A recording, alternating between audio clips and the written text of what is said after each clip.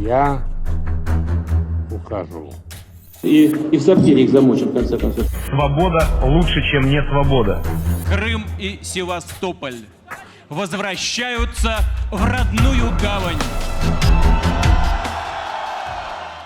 Welcome to Infocom.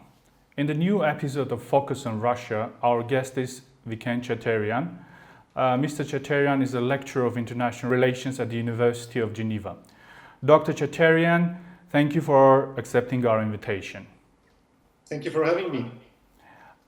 In your book on the regional conflicts in the Caucasus region, entitled War and Peace in the Caucasus, Russia's Troubled Frontier, you describe the role Russia played in the conflicts in the beginning of the 19th, and you particularly point out that Russia's role was not as decisive as some Western analysts and observers used to describe it.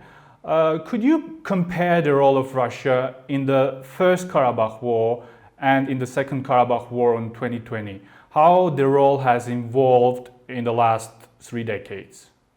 The changes are dramatic. I mean, Russia in the early 1990s was a state in collapse.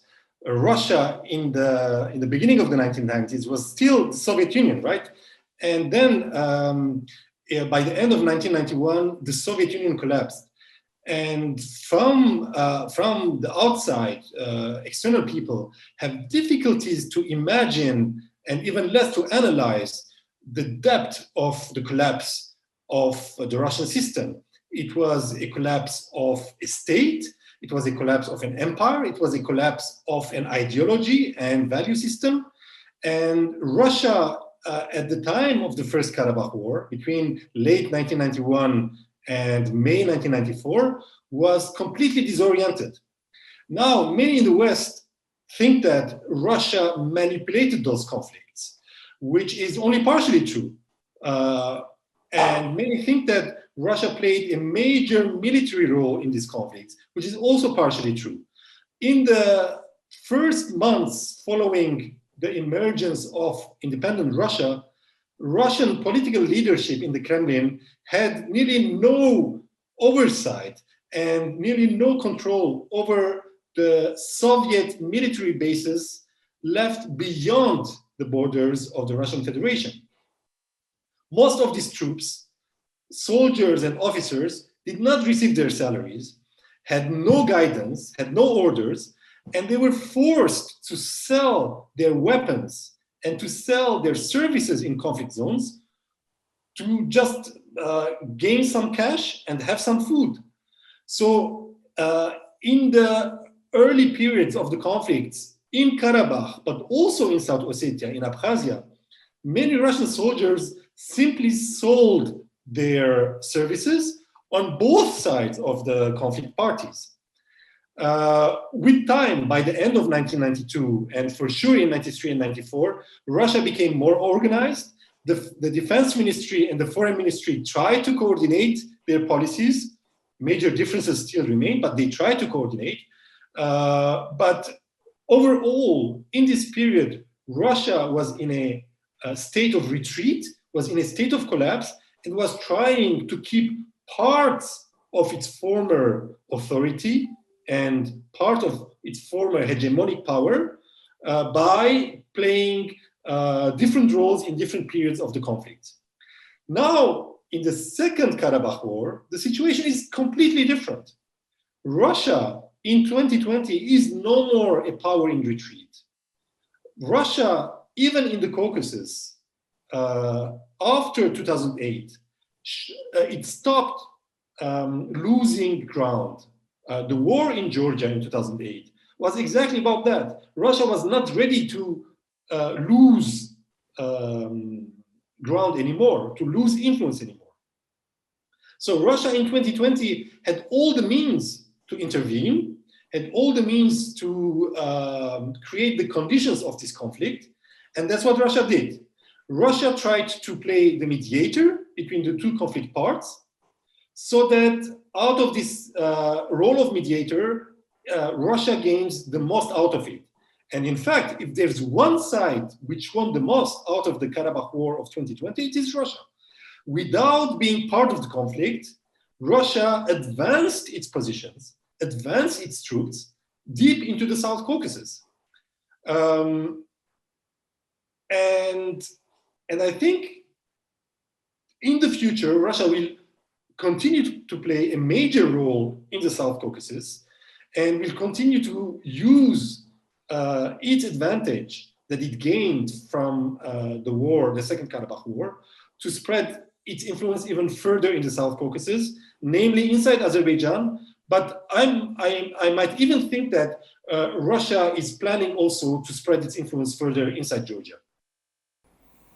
Yeah, and how would you compare the mediation efforts of the 90s led by Kazimirov and mediation efforts of Russia after the Second Karabakh War?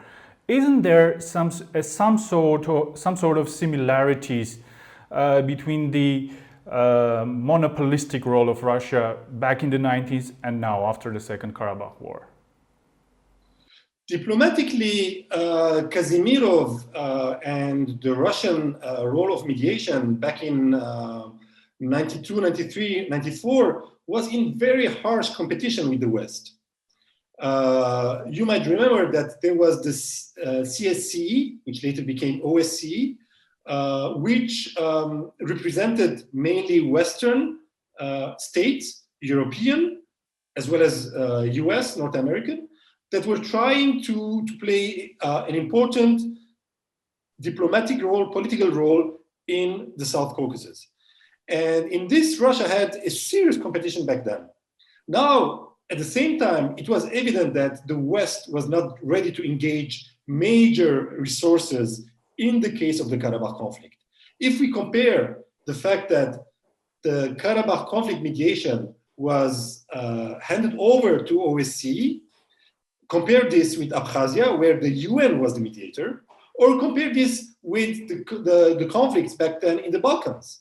For European countries, the Balkans were the important conflicts because the Balkan conflicts created waves of refugees, and those refugees arriving into countries like Germany, Austria, Switzerland, and further on, they became part of the internal political conversation. This was not the case with Abkhazia, and this was even less the case with Armenia-Azerbaijan conflict.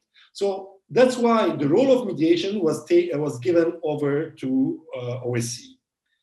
And eventually, in the case of the deployment of peacekeeping forces, it was clear that Russia was the major country interested in deploying substantial military force in the Karabakh conflict zone. Now in 2020, the situation is totally different.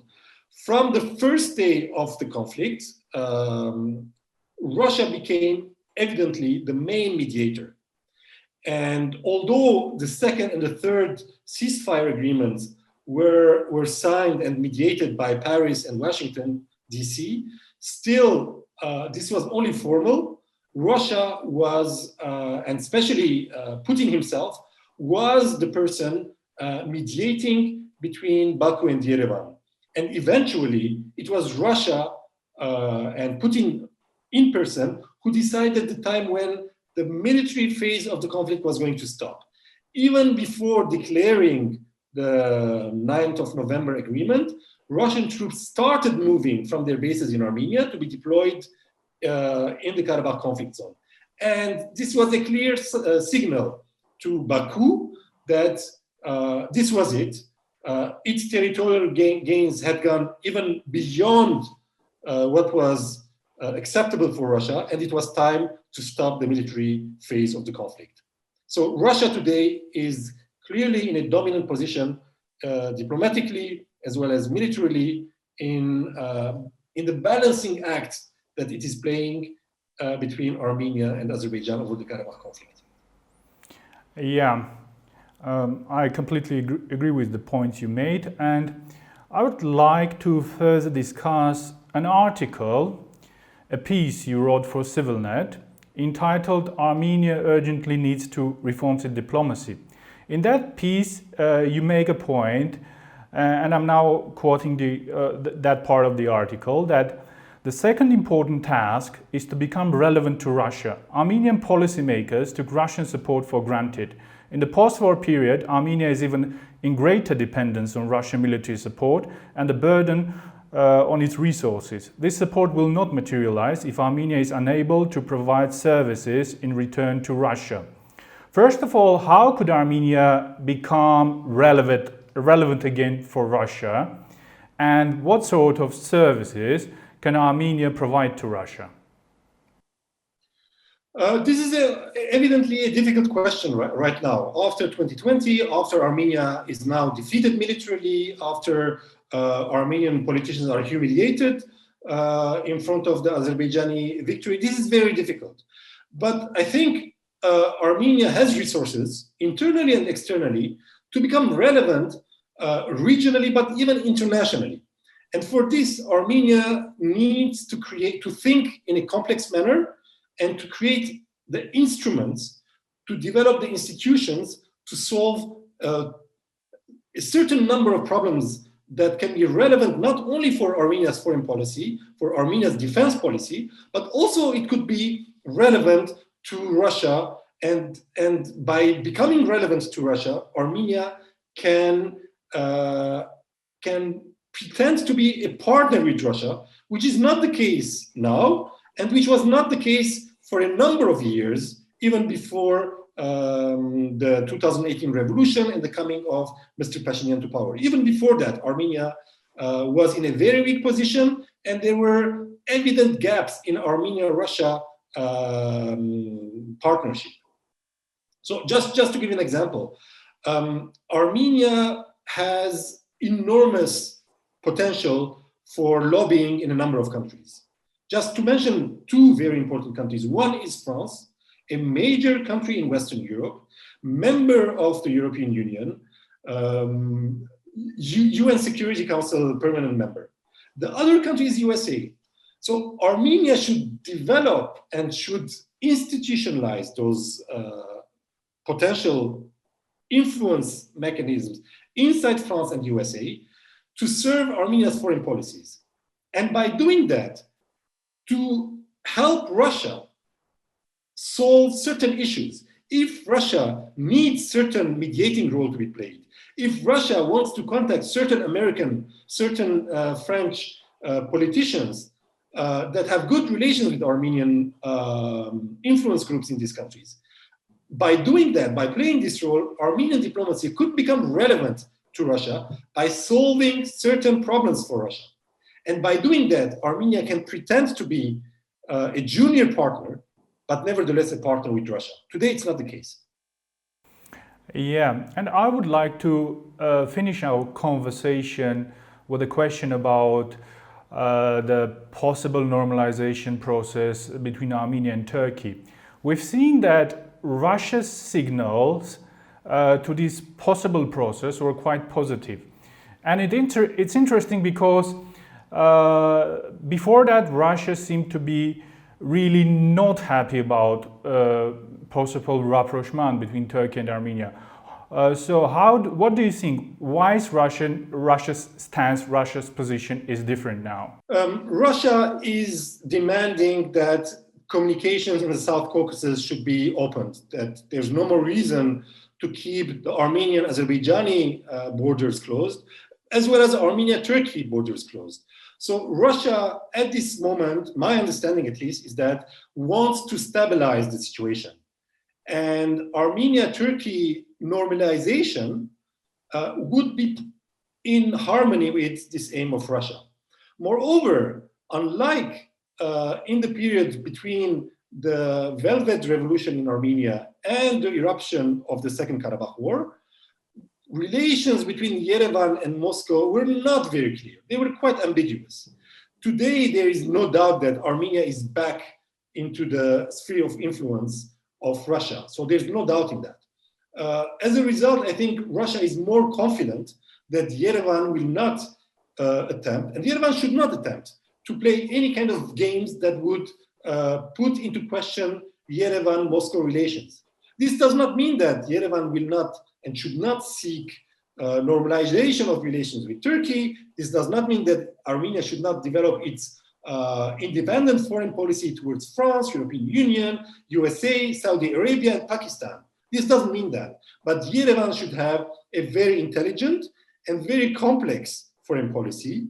And Yerevan should have very agile diplomats sitting in places like Moscow, Paris, Washington, D.C., etc. And that the foreign ministry in Yerevan is capable in analyzing messages coming from all these different places and developing its policy accordingly. We are not there yet. There's a lot of work to be done still. Dr. Cheterian, thanks a lot for a really interesting conversation, and thanks a lot for your time. Thank you for the invitation.